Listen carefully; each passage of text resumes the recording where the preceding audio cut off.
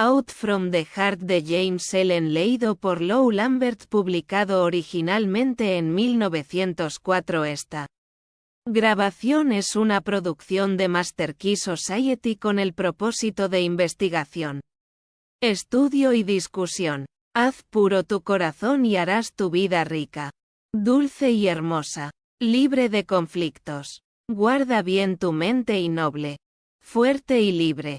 Nada te dañará, te perturbará ni te conquistará, porque todos tus enemigos están en tu corazón y en tu mente. Allí también encontrarás tu salvación. Encontrarás Confucio hacia adelante. Dijo que el perfeccionamiento de uno mismo es la base fundamental de todo progreso y de todo desarrollo moral. Máxima tan profunda y comprensiva como sencilla, práctica y desenvuelta, porque no hay camino seguro hacia el conocimiento ni mejor manera de ayudar al mundo que perfeccionándose a uno mismo, ni hay trabajo más noble ni ciencia más elevada que la de la autoperfección. Quien estudia cómo llegar a ser impecable, quien se esfuerza por tener un corazón puro, quien aspira a poseer una mente tranquila, sabia y reflexiva, se involucra en la tarea más sublime que el hombre puede emprender y cuyos resultados son perceptibles en una vida bien ordenada. Bendita y hermosa James Allen. El corazón y la vida como el corazón, así es la vida. Lo interior se está convirtiendo incesantemente en lo exterior. Nada permanece sin revelar lo que está oculto. Es solo con el tiempo madura y sale por fin semilla, árbol, flor y fruto. Es el cuádruple orden de él universo. Desde el estado del corazón de un hombre proceden las condiciones de su vida. Sus pensamientos florecen en hechos y sus hechos dan el fruto del carácter y el destino. La vida siempre se desarrolla desde dentro y se revela a la luz, y los pensamientos engendrados finalmente en el corazón se revelan en palabras, actúan, acciones y cosas realizadas como la fuente del manantial oculto. Así surge la vida del hombre desde los rincones secretos de su corazón. Todo lo que es y hace se genera allí. Todo lo que será y hará surgirá allí. Dolor y alegría, sufrimiento y disfrute, esperanza y miedo, odio y amor, la ignorancia y la iluminación no están en ninguna parte excepto en el corazón, son únicamente condiciones mentales. El hombre es el guardián de su corazón, el vigilante de su mente, el centinela solitario de su ciudadela. De la vida como tal puede ser diligente o negligente, puede mantener su corazón cada vez más cuidadosamente, puede observar y purificar su mente más vigorosamente y puede protegerse contra pensamientos injustos. Este es el camino hacia la iluminación. Y Bliss, por otro lado, puede vivir libremente y descuidadamente descuidar la tarea suprema de ordenar correctamente su vida. Este es el camino del autoengaño y el sufrimiento. Que el hombre se dé cuenta de que la vida en su totalidad procede de la mente, y he aquí que se le abre el camino de la bienaventuranza. Porque entonces descubrirá que posee el poder de gobernar su mente y moldearla de acuerdo con su ideal, por lo que elegirá caminar con fuerza y firmeza por aquellos senderos de pensamiento y acción que son totalmente excelentes para él. La vida se volverá hermosa y sagrada, y tarde o temprano pondrá fin a su vida. Huir de toda confusión y sufrimiento malignos, porque es imposible que un hombre no alcance la liberación, la iluminación y la paz. Quien guarda con incansable diligencia la puerta de su corazón, la naturaleza y el poder de la mente. La mente es el árbitro de la vida. Es el creador y formador de las condiciones y el receptor de sus propios resultados. Contiene dentro de sí mismo tanto el poder de crear ilusión como el de percibir la realidad. La mente es la infalible tejedora del destino. El pensamiento es la amenaza, el bien y el mal. Las acciones son la urdimbre y la trama y la Red tejida sobre el hom de la vida es el carácter. La mente se viste con prendas que ella misma ha creado. El hombre como ser mental posee todos los poderes de la mente y está provisto de opciones ilimitadas. Aprende por experiencia y puede acelerar o retardar su experiencia. No está limitado arbitrariamente en ningún punto, pero se ha atado a sí mismo en muchos puntos y habiéndose atado, puede cuando lo elige liberarse. Puede volverse bestial o puro y noble, o noble tonto o sabio tal como lo elija. Puede mediante la práctica recurrente formar hábitos y puede con un esfuerzo renovado romperlos. Puede rodearse de ilusiones hasta que la verdad se pierda por completo y puede destruir una y otra de esas ilusiones hasta que la verdad se recupere por completo. Sus habilidades posibles son ilimitadas. Su libertad es completa. Es la naturaleza de la mente crear sus propias condiciones y elegir en los estados en los que habitará. También tiene el poder de alterar cualquier condición y abandonar cualquier estado. Y esto lo hace continuamente a medida que reúne conocimiento de un estado tras otro mediante elecciones repetidas y agotamiento de la experiencia. Los procesos internos de pensamiento constituyen la suma del carácter y la vida. Y el hombre puede modificar y alterar estos procesos poniendo voluntad y esfuerzo para ejercer sobre ellos. Las ataduras del hábito, la impotencia y el pecado son hechas por uno mismo y solo pueden ser destruidas por uno mismo. No existen en ninguna parte excepto en la mente y, aunque son directamente relacionados con las cosas externas, no tienen existencia real en esas cosas. Lo externo es moldeado y vivificado por lo interno y nunca lo interno por lo externo. La tentación no surge en el objeto externo sino en la lujuria de la mente por ese objeto. El sufrimiento y la tristeza son inherentes a las cosas y sucesos externos de la vida. Pero en una actitud indisciplinada de la mente hacia esas cosas y sucesos. La mente que es disciplinada por la pureza y fortificada por la sabiduría evita todas esas lujurias y deseos que están inseparablemente ligados a la aflicción y, por lo tanto, a la aflicción. Llega a la iluminación y la paz para condenar a los demás como malvados y despotricar contra las condiciones externas a medida que la fuente del mal aumenta y no disminuye el sufrimiento y el malestar del mundo. Lo externo no es más que la sombra y el efecto de lo interno, y cuando el corazón es puro todo lo externo, las cosas son puras. Todo crecimiento y vida es de adentro hacia afuera. Toda decadencia y muerte es de afuera hacia adentro. Esta es una ley universal. Toda evolución procede de adentro. Todo ajuste debe tener lugar dentro de aquel que deja de luchar contra los demás y emplea sus poderes en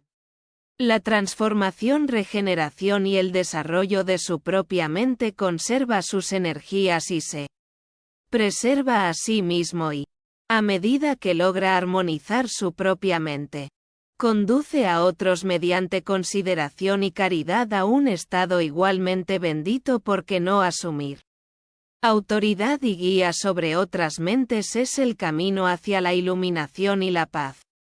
Descubierto, sino ejerciendo una autoridad legítima sobre la propia y guiándose por senderos de virtud firme y elevada. La vida de un hombre procede de su corazón. Su mente ha compuesto esa mente con sus propios pensamientos y acciones. Está en su poder refactar en esa mente. Por lo tanto, la mente mediante su elección de pensamiento puede transformar su vida. Veamos cómo se debe hacer esto. Formación de hábitos. Toda condición mental establecida es un hábito adquirido y se ha convertido en tal por la repetición continua del pensamiento. El desaliento y la alegría. La ira y la calma. La codicia y Generosidad. De hecho, todos los estados mentales, nuestros hábitos se construyen por elección hasta que se vuelven automáticos. Un pensamiento constantemente repetido finalmente se convierte en un hábito fijo de la mente, y de tales hábitos procede la vida. Es la naturaleza de la mente adquirir conocimiento por medio de la repetición de sus experiencias. Un pensamiento que al principio es muy difícil de sostener y en el que es difícil detenerse, al final se convierte, al mantenerse constantemente en la mente, en una condición natural y habitual. De la misma manera que un niño, cuando comienza a aprender un oficio, ni siquiera puede manejar sus herramientas. Es cierto, y mucho menos usarlos correctamente. Pero después de una larga repetición, la práctica los aplica con perfecta facilidad y habilidad consumada. De modo que un estado mental al principio aparentemente imposible de lograr se adquiere finalmente mediante perseverancia y práctica, y se incorpora al carácter como una condición natural y espontánea. Este poder de la mente para formar y reformar sus hábitos y sus condiciones contiene la base de la salvación del hombre y la puerta abierta a la libertad perfecta mediante el dominio de sí mismo. Porque así como el hombre tiene el poder de formar hábitos dañinos, también tiene el mismo poder para crear hábitos que son esencialmente buenos. Y aquí llegamos a un punto que necesita cierta aclaración y que exige una reflexión profunda y seria por parte de mi lector. Se dice comúnmente que es más fácil hacer el mal que el bien. Pecar que ser santo. Ha llegado a ser considerado casi universalmente como un axiomático y no menos maestro que el Buda. Ha dicho que las malas acciones y las acciones dañinas para nosotros mismos son fáciles de hacerlo. Que es beneficioso en el bien, eso es muy difícil de hacer, y en lo que respecta a la humanidad en general esto es cierto, pero solo es cierto como una experiencia pasajera, un factor fugaz en la evolución humana. No es una condición fija de las cosas, no es de la naturaleza de una verdad interna. Es más fácil para los hombres hacer el mal que el bien debido a la prevalencia de la ignorancia. Porque la verdadera naturaleza de las cosas y la esencia y significado de la vida no son comprendidos cuando un niño está aprendiendo a escribir. Le resulta extremadamente fácil sostener mal el bolígrafo y formar las letras incorrectamente. Pero le resulta dolorosamente difícil sostener el bolígrafo y escribir correctamente, y esto se debe a la ignorancia del niño sobre el arte de escribir, que solo puede disiparse mediante un esfuerzo y una práctica persistentes, hasta que por fin resulta natural y fácil sostener la pluma correctamente y escribir correctamente. Y es difícil y totalmente innecesario hacer lo incorrecto. Lo mismo ocurre en las cosas vitales de la mente y la vida. Pensar y hacer correctamente requiere mucha práctica y esfuerzo renovado. Pero por fin llega el momento en que se vuelve habitual y fácil pensar y hacer correctamente. Y difícil como es entonces, se considera completamente innecesario hacer lo que está mal. Así como un artesano se perfecciona en su oficio mediante la práctica, así un hombre puede llegar a ser un hombre mediante la práctica consumado en la bondad. Es enteramente una cuestión de formar nuevos hábitos de pensamiento, y aquel a quien los pensamientos correctos se ha vuelto fácil y natural y los pensamientos y actos incorrectos son difíciles de realizar, ha alcanzado la más alta virtud del conocimiento espiritual puro. Es fácil y natural para los hombres pecar porque han formado mediante la repetición incesante hábitos de pensamiento dañinos y no iluminados. Es muy difícil para el ladrón, debe abstenerse de robar cuando Se presenta la oportunidad porque ha vivido durante tanto tiempo en pensamientos codiciosos y avariciosos. Pero tal dificultad no existe para el hombre honesto que ha vivido durante tanto tiempo y con pensamientos rectos y honestos y por lo tanto se ha iluminado en cuanto a la locura equivocada e infructuoso del robo que ni siquiera la más remota idea de robar entra en su mente. El pecado del robo es muy extremo y lo he introducido para ilustrar más claramente la fuerza y formación del hábito, pero todos los pecados y virtudes se forman de la misma manera. La ira y la impaciencia son naturales y fáciles para miles de personas porque constantemente repiten el pensamiento y el acto de la ira y la impaciencia. Y con cada repetición el hábito se establece más firmemente y se arraiga más profundamente. La calma y la paciencia pueden volverse habituales en la misma persona. De esta manera, primero captamos a través del esfuerzo un pensamiento tranquilo y paciente y luego lo pensamos continuamente y vivimos en él hasta que el uso se convierte en una segunda naturaleza y la ira y la impaciencia desaparecen para siempre. Así es como todo pensamiento erróneo puede ser expulsado de la mente. De esta manera todo acto falso puede ser expulsado de la mente. Puede ser destruido de modo que cada pecado pueda ser superado haciendo y sabiendo que un hombre se dé cuenta de que su vida en su totalidad procede de su mente y que esa mente es una combinación de hábitos que, mediante un esfuerzo paciente, puede modificar en cualquier medida y sobre los cuales de este modo puede obtener total ascendencia y control y de inmediato ha obtenido posesión de la llave que abrirá la puerta a su completa emancipación. Pero la emancipación de los males de la vida, que son los males de la mente, es una cuestión de crecimiento constante desde dentro y no una adquisición repentina del exterior. Cada hora y cada día debe entrenarse la mente para tener pensamientos inmaculados y adoptar actitudes correctas y desapasionadas en aquellas circunstancias en las que es propensa a caer en el error y la pasión. Como el paciente escultor sobre su mármol. El aspirante a lo correcto. La vida debe trabajar gradualmente sobre el material crudo de su mente hasta que haya extraído de él el ideal de sus sueños más sagrados.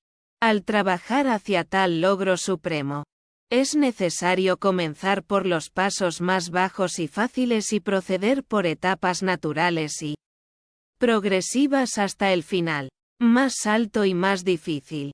Esta ley de crecimiento, progreso, evolución, desarrollo por etapas graduales y siempre ascendentes, es absoluta en todos los aspectos de la vida y en todos los logros humanos. Y cuando se ignora, el fracaso total resultará en la adquisición de conocimientos al aprender un oficio o al ejercer un negocio. Esta ley es plenamente reconocida y obedecida minuciosamente por todos. Pero al adquirir la virtud, al aprender la verdad y al perseguir la conducta y el conocimiento correctos de la vida, casi todos no la reconocen y la desobedecen. Por lo tanto, la virtud, la verdad y la vida perfecta permanecen sin practicar, sin conocimiento, señaladas y desconocidas. Error común suponer que la vida superior es una cuestión de lectura y adopción de hipótesis teológicas o metafísicas y que los principios espirituales pueden ser comprendidos mediante este método. La vida superior es una vida superior en pensamiento, palabra y obra y el conocimiento de esos principios espirituales, que son inminentes en el hombre y en el universo, solo pueden adquirirse después de una larga disciplina en la búsqueda y práctica de la virtud. La menor debe ser captada y comprendida completamente antes de que la mayor pueda ser conocida y la Práctica siempre precede al conocimiento real que el maestro de escuela nunca intenta enseñar a sus alumnos los principios abstractos de las matemáticas al comienzo. Sabe que con tal método enseñar sería en vano y aprender imposible. Primero les presenta una suma simple y, una vez explicada, los deja hacer cuando, después de repetidos fracasos y esfuerzos siempre renovados, han logrado hacerlo correctamente, se les asigna una tarea más difícil y luego otra y hasta que los alumnos, a través de muchos años de aplicación diligente, dominan todas las lecciones de aritmética. Se intenta revelarles los principios matemáticos subyacentes en el aprendizaje de el oficio. Dice que a un mecánico al principio no se le enseñan al niño los principios de la mecánica, sino que se le pone en la mano una herramienta simple y se le dice cómo usarla correctamente y luego se le deja hacerlo mediante esfuerzo y práctica a medida que lo logra. Aplicando sus herramientas correctamente se le imponen tareas cada vez más difíciles hasta que, después de varios años de práctica exitosa, está preparado para estudiar y comprender los principios de la mecánica en un hogar adecuadamente gobernado. Primero se le enseña al niño a ser obediente y a comportarse adecuadamente en todas las circunstancias. En determinadas circunstancias, al niño ni siquiera se le dice por qué debe hacer esto, sino que se le ordena que lo haga. Y solo después de que haya logrado hacerlo correcto y apropiado se le dice por qué debe hacerlo. Ningún padre intentaría enseñarle a su hijo el principios de ética antes de exigirle la práctica del deber filial y la virtud social. Por lo tanto, la práctica siempre precede al conocimiento incluso en las cosas ordinarias del mundo. Y en las cosas espirituales, en la vida de la vida superior, esta ley es rígida en sus exigencias. La virtud solo puede ser conocido haciendo y al conocimiento de la verdad solo se puede llegar perfeccionándose en la práctica de la virtud y ser completo en la práctica y adquisición de la virtud es ser completo en el conocimiento de la verdad. Solo se puede llegar a la verdad mediante el esfuerzo diario, y cada hora haciendo las lecciones de virtud, comenzando por lo simple y pasando a lo más difícil y, como un niño paciente y obedientemente aprende sus lecciones en la escuela, practicando constantemente, esforzándose hasta superar todos los fracasos y dificultades. Así también el Hijo de la Verdad se aplica a hacer lo correcto en pensamiento y acción, libre de fracasos y fortalecido por las dificultades. A medida que logra adquirir la virtud, su mente se despliega en el conocimiento de la verdad true y es conocimiento en el que puede descansar con seguridad. Primeros pasos en la vida superior. Viendo que el camino de la virtud es el camino del conocimiento y que antes de que todos los principios de la verdad puedan ser comprendidos, se debe adquirir la perfección en los pasos más bajos. ¿Cómo entonces comenzará un discípulo de la verdad? ¿Cómo podrá aquel que aspira a escribir su mente y la purificación de su corazón, que ese corazón, que es la fuente y depósito de todos los asuntos de la vida, aprenda las lecciones de la virtud y así se fortalezca en la fuerza del conocimiento, destruyendo la ignorancia y los males de la vida? ¿Cuáles son las primeras lecciones, los primeros pasos? ¿Cómo se aprenden? ¿Cómo se practican? ¿Cómo se dominan y comprenden? Las primeras lecciones consisten en superar aquellas condiciones mentales erróneas que se erradican más fácilmente y que son las barreras comunes para el progreso espiritual. Así como en la práctica de las sencillas virtudes domésticas y sociales y de las virtudes, el lector recibirá mejor ayuda si agrupo y clasifico los primeros 10 pasos en 3 lecciones de la siguiente manera. Vicios que deben superarse y erradicarse. Vicios del cuerpo. Primera lección: disciplina del cuerpo.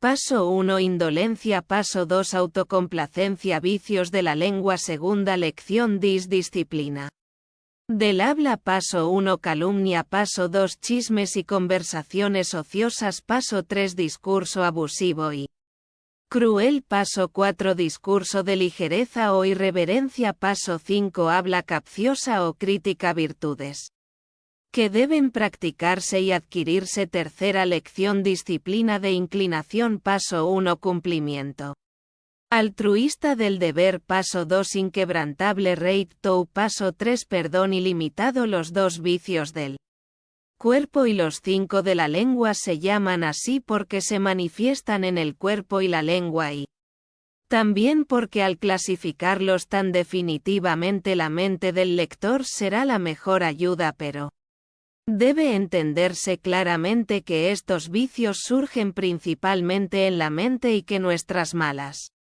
condiciones del corazón se desarrollan en el cuerpo y en la lengua. La existencia de tales condiciones caóticas es una indicación de que la mente no está completamente iluminada en cuanto al verdadero significado y propósito de los vicios. La vida y su erradicación es el comienzo de una vida virtuosa, firme e iluminada. Pero, ¿cómo se superarán y erradicarán primero y al mismo tiempo controlando sus manifestaciones externas mediante la supresión del acto incorrecto? Esto estimulará la mente a la vigilancia y la reflexión hasta que se repita. Con la práctica llegará finalmente a percibir y comprender las condiciones mentales oscuras y erróneas de las que surgen tales actos y las abandonará por completo. Se verá que el primer paso en la disciplina de la mente es superar la indolencia. El paso más fácil, y hasta que no se logre perfectamente no se pueden dar los demás pasos. El aferrarse a la indolencia constituye una completa barrera al camino de la verdad. La indolencia consiste en darle al cuerpo más tranquilidad y sueño del que necesita para procrastinar, despojarse y descuidar aquellas cosas que debe recibir atención inmediata. Esta condición de pereza debe superarse despertando el cuerpo a una hora temprana, dándole la cantidad justa de sueño que necesita para una recuperación completa y realizando con diligencia y vigor cada tarea y deber, por pequeño que sea. Bajo ningún concepto se debe tomar comida o bebida en la cama y permanecer en la cama después de haber despertado. Entregarse a la tranquilidad y al ensueño es un hábito fatal para la prontitud y la resolución del carácter y la pureza de la mente. Ni uno debe intentar pensar de esa manera. Un tiempo fuerte, puro y verdadero pensamiento es imposible en tales circunstancias. Un hombre debe irse a la cama a dormir para no pensar, debe levantarse para pensar y trabajar para no dormir. El siguiente paso es la superación de la autocomplacencia o la glotonería. El glotón es el que come solo para gratificación animal sin considerar el verdadero fin y objetivo de comer, que come más de lo que su cuerpo requiere y es codicioso de cosas dulces y platos ricos. Tal deseo indisciplinado solo puede superarse reduciendo la cantidad de alimentos ingeridos y el número de comidas al día y recurriendo a una dieta sencilla y sin implicaciones.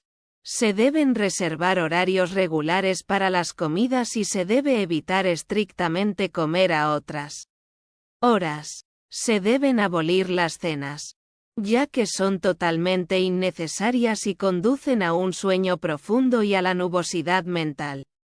Un método de disciplina rápidamente controlará el apetito hasta ahora descontrolado y, a medida que el pecado sensual de la autocomplacencia sea eliminado de la mente, la selección correcta de alimentos se adaptará instintiva e infaliblemente a la condición mental purificada en la que debe ser bien soportado.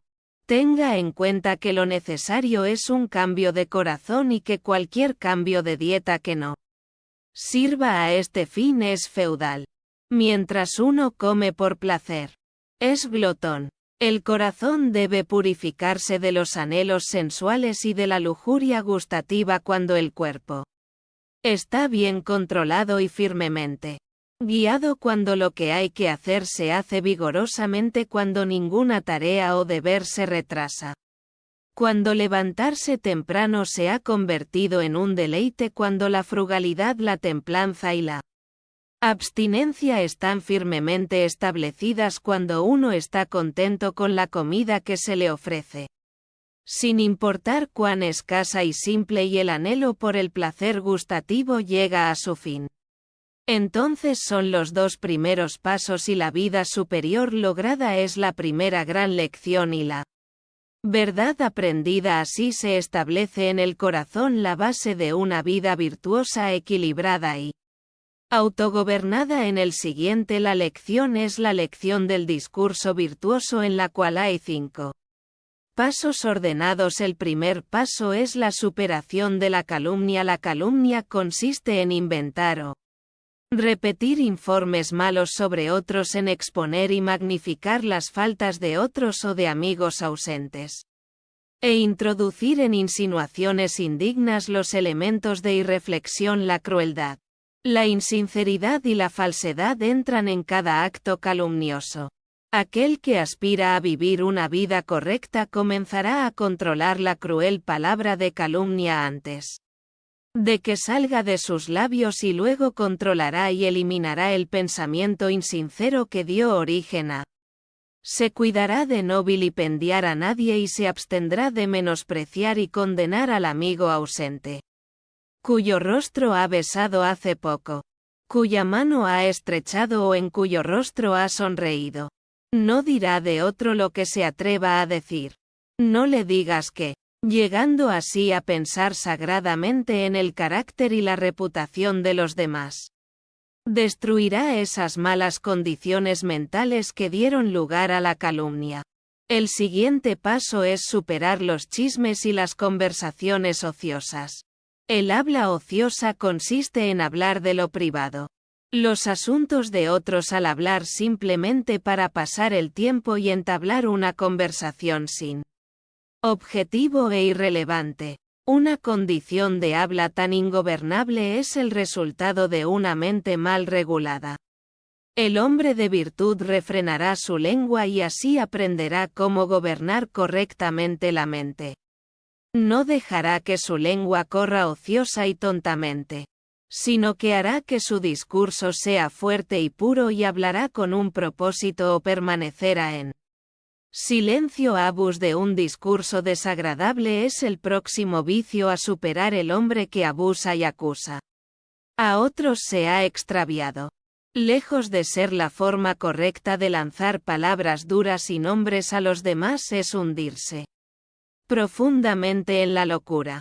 Cuando un hombre está inclinado a abusar y condenar a los demás, déjelo contener su lengua y mirarse a sí mismo. El hombre virtuoso se abstiene de abusar y criticar y emplea solo palabras útiles, necesarias, puras y verdaderas. El siguiente paso es superar la ligereza o el habla irreverente. Hablar ligero y frívolo, repetir chistes groseros, contar historias vulgares que no tengan otro propósito que provocar una risa vacía, familiaridad ofensiva y el empleo de expresiones despectivas y términos irreverentes al hablar con otros, y particularmente de los mayores y aquellos que se clasifican como maestros, guardianes o superiores. Todo esto será dejado de lado por el amor a la virtud y a la verdad en el altar de la irreverencia. Ausentes amigos y compañeros son elegidos para la emoción pasajera de una risa momentánea, y toda la santidad de la vida se sacrifican al entusiasmo del ridículo cuando el respeto hacia los demás y la reverencia cuando se debe o se abandona la reverencia, se abandona la virtud cuando la modestia, la gravedad y la dignidad se eliminan del habla y la verdad del comportamiento.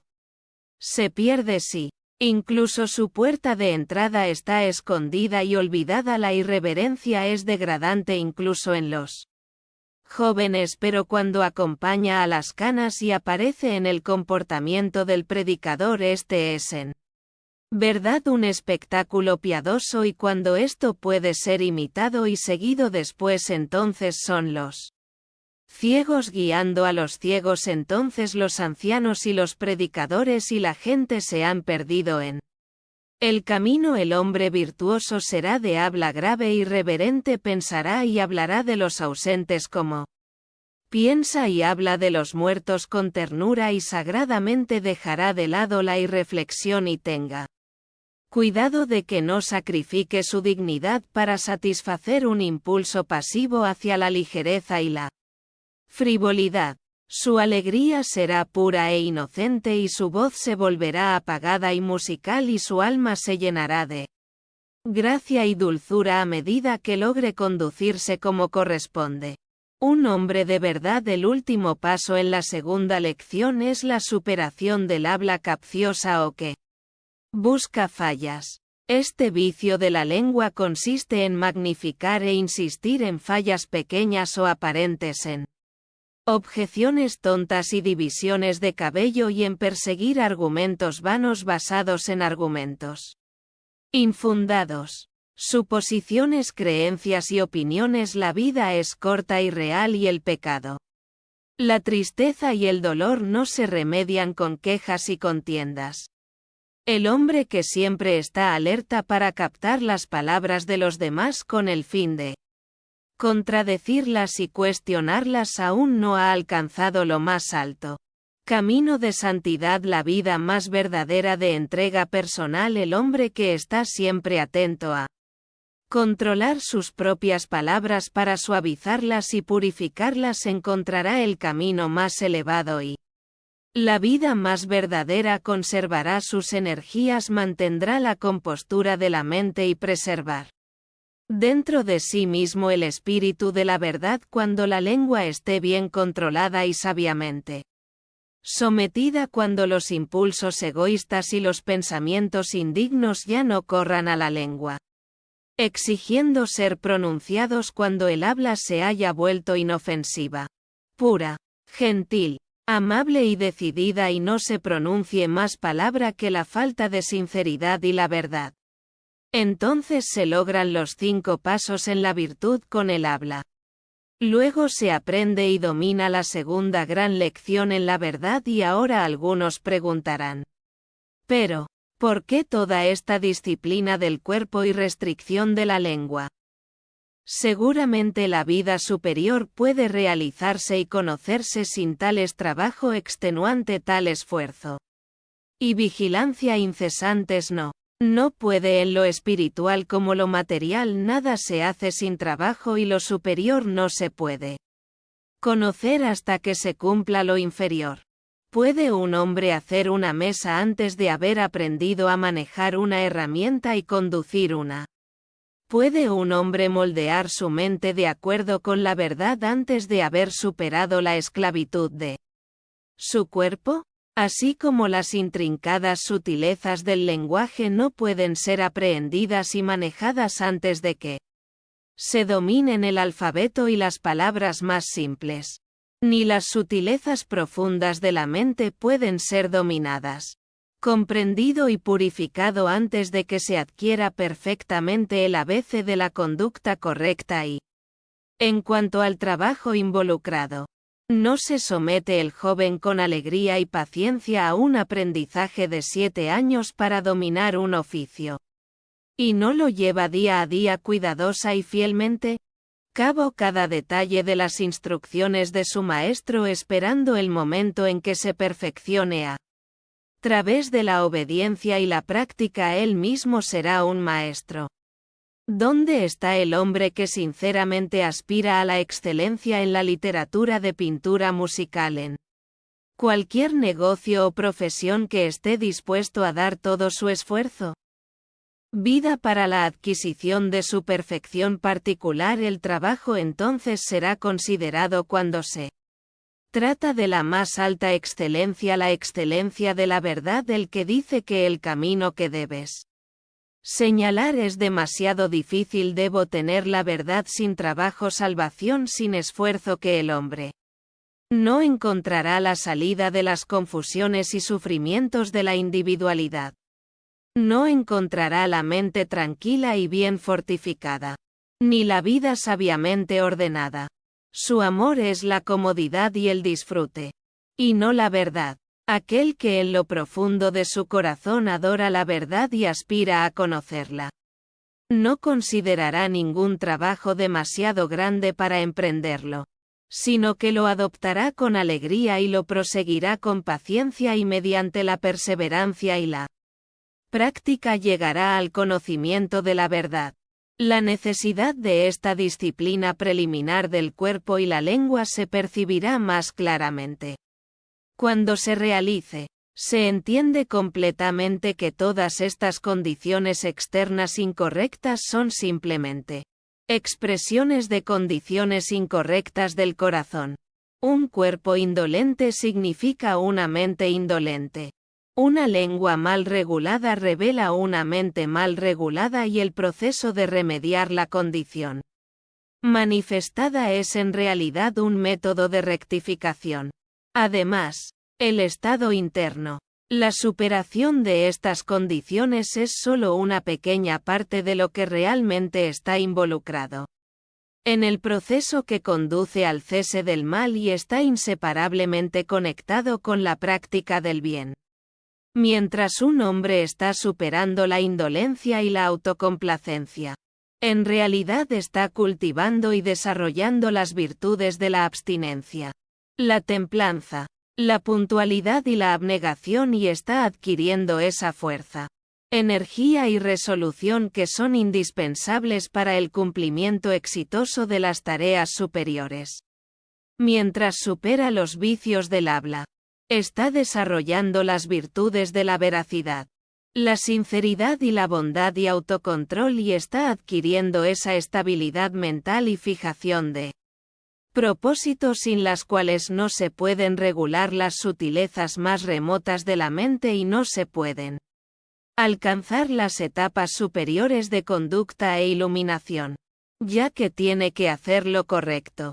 Su conocimiento se profundiza y su visión se intensifica, y así como el corazón del niño se alegra cuando domina su tarea escolar, así con cada victoria lograda el hombre de virtud experimenta una dicha que el buscador de placer y excitación nunca podrá conocer. Y ahora llegamos a la tercera lección de la vida superior, que consiste en practicar y dominar en la vida diaria tres grandes virtudes fundamentales. Virtud 1. Cumplimiento altruista del deber. Virtud 2. Rectitud inquebrantable. Y virtud 3. Perdón ilimitado. Habiendo preparado la mente superando las condiciones más superficiales y caóticas mencionadas en las dos primeras lecciones, el luchador por la virtud y la verdad está ahora lista para emprender tareas mayores y más difíciles y para controlar y purificar los motivos más profundos del corazón. Sin el correcto desempeño del deber, las virtudes superiores no pueden ser conocidas y la verdad no puede ser aprehendida. El deber generalmente se considera un trabajo tedioso y tedioso, obligatorio, algo que debe ser trabajado duro o de alguna manera eludido. La forma de considerar el deber procede de una condición mental egoísta y una comprensión errónea de la vida. Todo el deber debe considerarse sagrado y su cumplimiento fiel y desinteresado como una de las principales reglas de conducta. Todas las consideraciones personales y egoístas deben ser extraídas y desechadas del cumplimiento del deber. Y cuando se hace esto, el deber deja de ser fastidioso y se convierte en gozoso. El deber solo es fastidioso para aquel que anhela algún disfrute o beneficio egoísta para sí mismo. Irritado por la molestia de su deber, mírese a sí mismo y descubrirá que su trabajo no proviene del deber en sí, sino de su deseo egoísta de escapar de él. El que descuida el deber, ya sea grande o pequeño o de naturaleza pública o privada, descuida la virtud. En su corazón se rebela contra el deber, se rebela contra la virtud cuando el deber se ha convertido en una cosa de amor y cuando cada deber particular se cumple con precisión, fidelidad y desapasionamiento. Se elimina mucho egoísmo sutil del corazón y se da un gran paso hacia las alturas de la verdad. El hombre virtuoso concentra su mente en el cumplimiento perfecto de su propio deber y no interfiere con el deber de otro. El segundo paso en la tercera lección es la práctica de la rectitud inquebrantable. Esta virtud debe estar firmemente establecida en la mente y así entrar en cada detalle.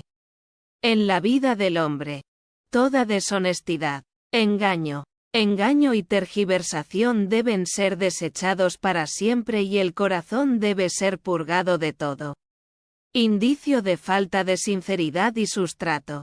El menor desvío del camino de la rectitud es una desviación de la virtud. No debe haber extravagancia ni exageración en el habla. Excepto la se debe afirmar la simple verdad, involucrarse en el engaño. No importa cuán aparentemente insignificante sea para la vanagloria o con la esperanza de una ventaja personal, es un estado de engaño que uno debe esforzarse por disipar. Se le exige al hombre de virtud que no solo practique en la más rígida honestidad en pensamiento, palabra y acción, pero que sea exacto en sus declaraciones, sin omitir ni agregar nada a la verdad real, al moldear así su mente según el principio de rectitud. Gradualmente llegará a tratar con las personas y las cosas de una manera justa e imparcial. El espíritu considera la equidad antes que a sí mismo y ve todas las cosas con libertad de prejuicios personales, pasión y prejuicios. Cuando la virtud de la rectitud se practica plenamente, se adquiere y comprende de modo que toda tentación a la falsedad y la falta de sinceridad haya cesado. Entonces el corazón se vuelve puro y más noble y el carácter se fortalece.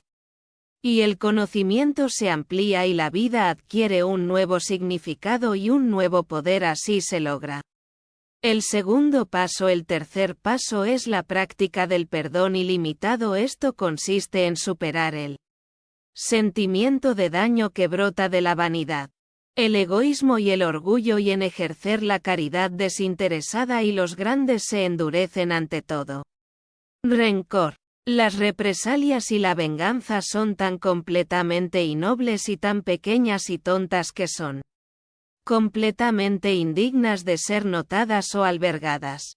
Nadie que fomente tales condiciones en su corazón puede elevarse por encima de la locura y el sufrimiento y guiar su vida.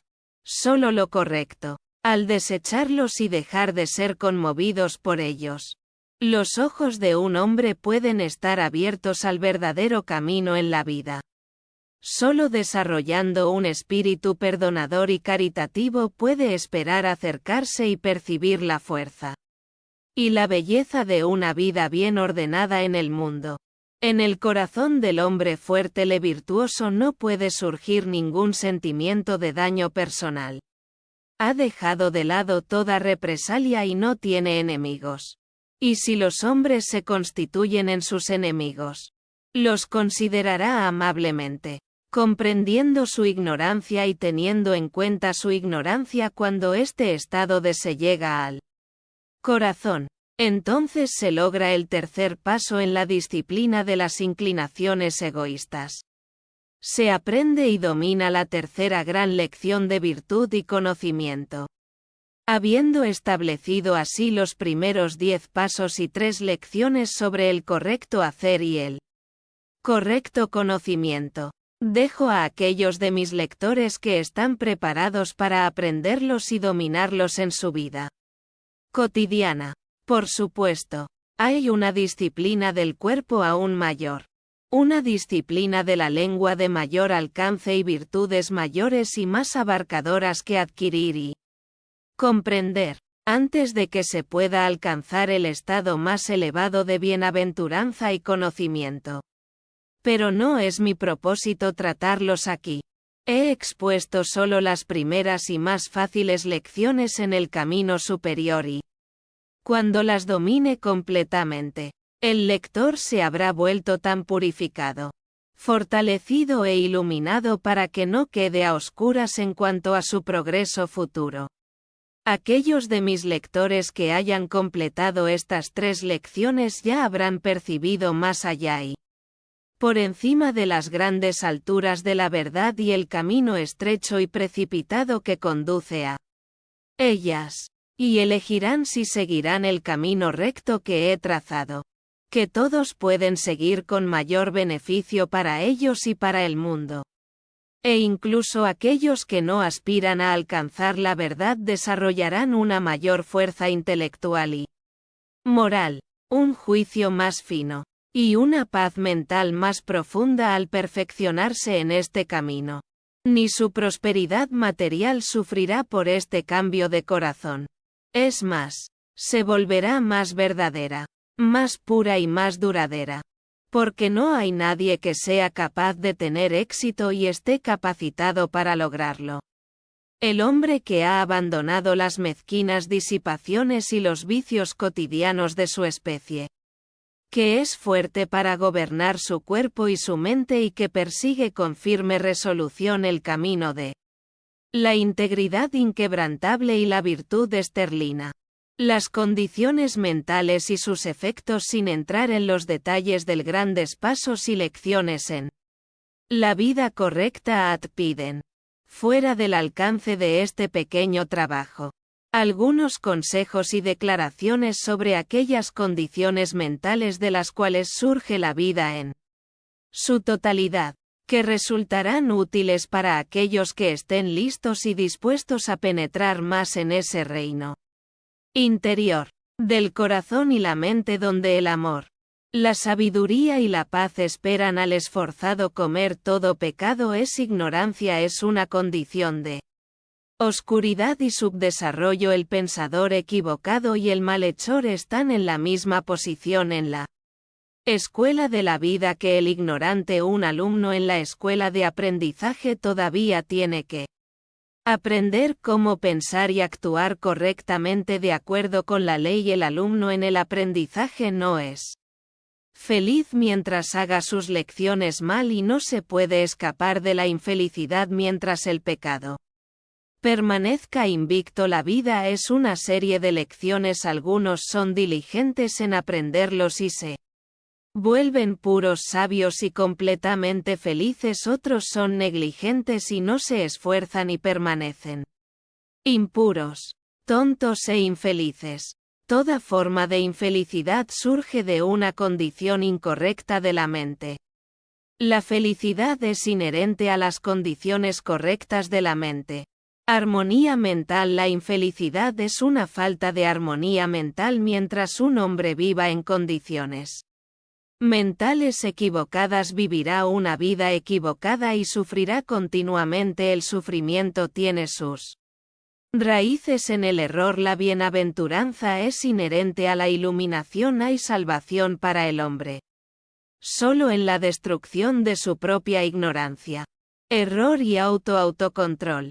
Ilusión. Donde hay condiciones mentales incorrectas hay esclavitud. En el malestar. Donde hay condiciones mentales correctas hay libertad y paz. Estas son algunas de las principales condiciones mentales incorrectas y sus efectos desastrosos en la vida. Condiciones mentales incorrectas: odio que conduce al daño, violencia, desastre y sufrimiento, lujuria que lleva a la confusión del intelecto, remordimiento, vergüenza y miseria, codicia que lleva al miedo, malestar, infelicidad y pérdida, orgullo que lleva a la desilusión, enojo, falta de conocimiento de sí mismo, vanidad que lleva a la angustia y mortificación del espíritu, condenación que lleva a la persecución, odio de los demás, mala voluntad que conduce a fracasos y problemas, autocomplacencia que conduce a la miseria, pérdida de juicio.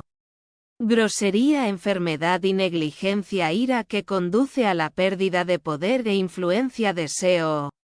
Autoesclavitud que conduce al dolor, locura, tristeza, incertidumbre y soledad. Las condiciones incorrectas mencionadas anteriormente de la mente son meras negaciones, son estados de oscuridad y privación y no de poder positivo. El mal no es un poder, es ignorante y mal uso del bien. El que odia es aquel que no ha podido hacer las lecciones del amor correctamente y sufre en consecuencia cuando si logra hacerlo correctamente. El odio habrá desaparecido y verá y comprenderá la oscuridad y la impotencia del odio. Lo mismo ocurre con cada condición incorrecta. Las siguientes son algunas de las condiciones mentales correctas más importantes y sus efectos benéficos sobre las condiciones mentales correctas de la vida. Amor que conduce a condiciones suaves, bienaventuranza y bienaventuranza, pureza que conduce a la claridad intelectual, alegría, confianza invencible, altruismo que conduce al coraje, satisfacción, felicidad y abundancia, humildad que conduce a la calma, descanso, conocimiento de la verdad, mansedumbre que conduce al equilibrio, contentamiento bajo todas las circunstancias, compasión que conduce a la protección, amor y reverencia por los demás, buena voluntad que conduce a la alegría y al éxito, autocontrol que conduce a la paz mental, juicio verdadero, refinamiento, salud y honor, paciencia que conduce al poder mental, influencia de largo alcance, autoconquista que conduce a la iluminación, sabiduría, perspicacia y paz profunda. Las condiciones correctas de la mente antes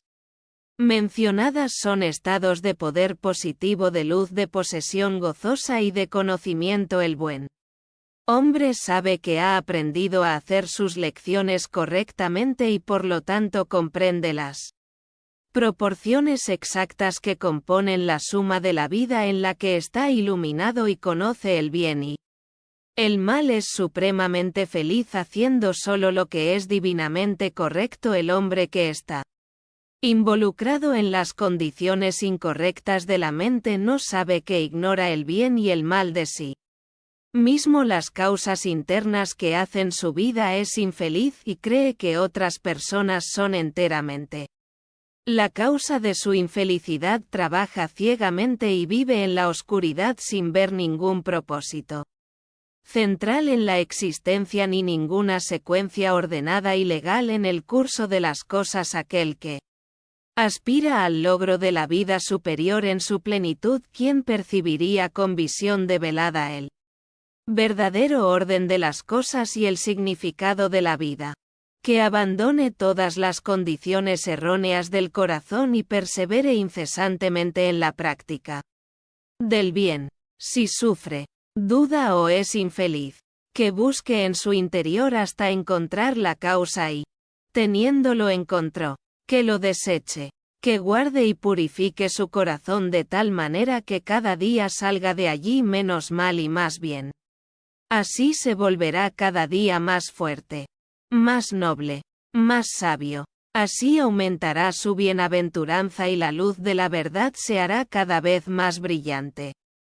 Y más brillante dentro de él, disipará toda oscuridad e iluminará su sendero. Exhortación, discípulos de la verdad, amantes de la virtud, buscadores de sabiduría, vosotros también que estáis afligidos por el dolor, sabiendo el vacío de la vida propia y que aspiráis a la vida que es supremamente bella y serenamente alegres. Ahora ustedes mismos, con las manos en la mano, entren por la puerta de la disciplina y conozcan la vida mejor. Dejen a un lado el autoengaño. Mírense tal como son y vean el camino de la virtud tal como es. No hay camino perezoso hacia la verdad. Quien quiera pararse en la cima de la montaña debe hacerlo. Escalar vigorosamente y debe descansar solo para reunir fuerzas. Pero si la escalada es menos gloriosa que la cumbre sin nubes. Sigue siendo gloriosa, la disciplina en sí misma es hermosa y el final de la disciplina es dulce.